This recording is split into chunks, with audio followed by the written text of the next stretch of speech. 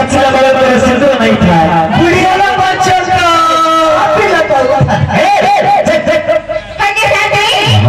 हमर से मधुर बाबा को देखि जाके हेलो जिया नहीं तोरा मधुर बाबा को देखि ना मोर स्वामी स्वामी बोली मोर पति पति बोली मोर गिरस्थ बोली मोर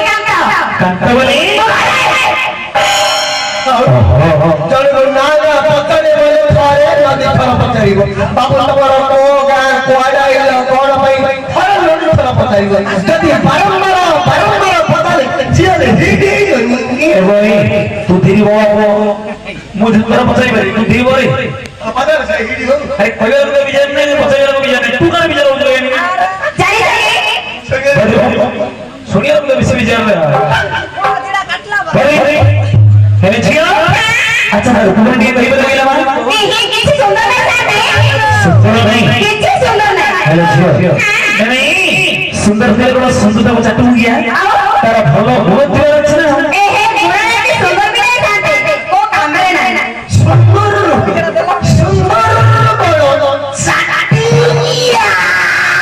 पगती करो जे ना खाए ए भाई